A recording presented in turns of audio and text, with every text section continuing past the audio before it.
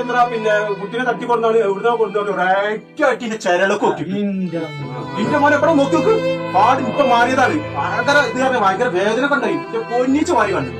കാരണം ഞാനേ ബസ്സിൽ വരികയായിരുന്നു കൽപ്പറ്റന്ന് പിന്നെ അങ്ങോട്ട് വരുന്ന സമയത്ത് പിന്നെ ബസ്സിൽ കുറച്ച് തിരക്കൊക്കെ ഉണ്ടായിരുന്നു.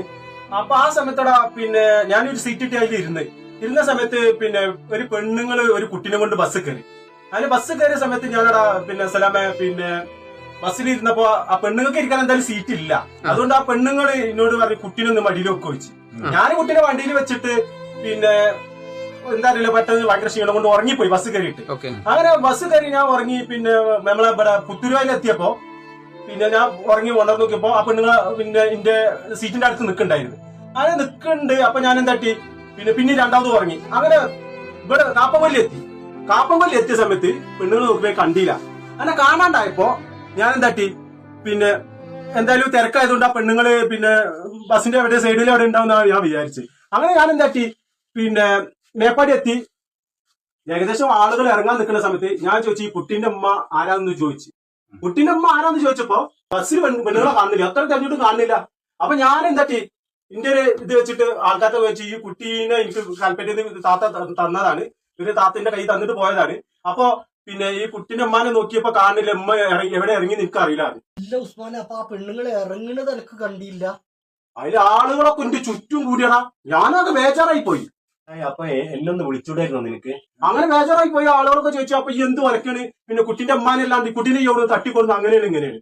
അതിലൊരു ചങ്ങായി വന്നിട്ട് എന്നോട് പറഞ്ഞ് ചുറ്റും ആളുകൾ നിൽക്കുക, മേപ്പാടി ടൗണിലാട്ടോ ഇത് നടക്കണത്, സ്റ്റേഷനിലേക്ക് വണ്ടി വിട്ടു പറഞ്ഞു. ആര് പോയി പോലീസുകാരൻ എന്നോട് ചോദിച്ച് കുട്ടീനെ കൊടുത്തോടെ തട്ടിക്കൊടുന്നു ചോദിച്ചു. ഞാൻ പറഞ്ഞു സാറേ ഞാൻ കുട്ടീനെ തട്ടിക്കൊടുന്നതല്ല, ഞാന് പിന്നെ ബസ്സിൽ കൽപ്പറ്റയിൽ കയറിയപ്പോ ഒരു താത്തന്റെ കയ്യിൽ കുട്ടീനെ തന്നാണ്. ചെറിയ കുട്ടിയാട്ടോ, അതിന് മാത്രം വലിയ വലിപ്പമുള്ള കുട്ടിയൊന്നല്ല, ഒരു മടിയിലൊക്കെ കുട്ടിയാണ്. അങ്ങനെ വീരേന്ദ്ര പിന്നെ കുട്ടീനെ തട്ടിക്കൊടുന്നാണ് എവിടുന്നോ കൊണ്ടുപോയി ഒരേറ്റായിട്ട് ചരലൊക്കെ നോക്കി എന്റെ മോനെ എപ്പോഴും നോക്കി നോക്ക് പാട് ഇപ്പൊ മാറിയതാണ് ഭയങ്കര ഇത് പറഞ്ഞ ഭയങ്കര വേദന കണ്ടായി എന്റെ പൊന്നിച്ച് മാറി കണ്ടത്. എല്ലാ ഒരുപാട് പോലീസുകാർ നമ്മൾ അറിഞ്ഞ അവിടെ ഉണ്ടായിരുന്നു, ഒന്ന് പിടിച്ചാൽ മതിയായിരുന്നു. അങ്ങനെ പാറിയുന്നല്ല. അതിലൊരു ചങ്ങായി വന്നിട്ട് പറഞ്ഞ് ഇവ സാറെ ഞാൻ പിന്നെ അറിയണാണ്. അപ്പൊ കുറച്ചാൾക്കാരെ വന്നിട്ട് കുറച്ചാൾക്കാർ സ്റ്റേഷന് പുറത്തേക്കുണ്ട്. അതില് പിന്നെ ഒരു ചങ്ങായി എന്നിട്ട് ഇവനെ ഞാൻ അറിയണാണ്, ഇപ്പൊ പക്ക ഫ്രോഡാണ്. വന്നാളോ? ആ വന്നാള്. ആ ചങ്ങായി ഞാൻ ഒരിക്കലും അറിയുന്നല്ല.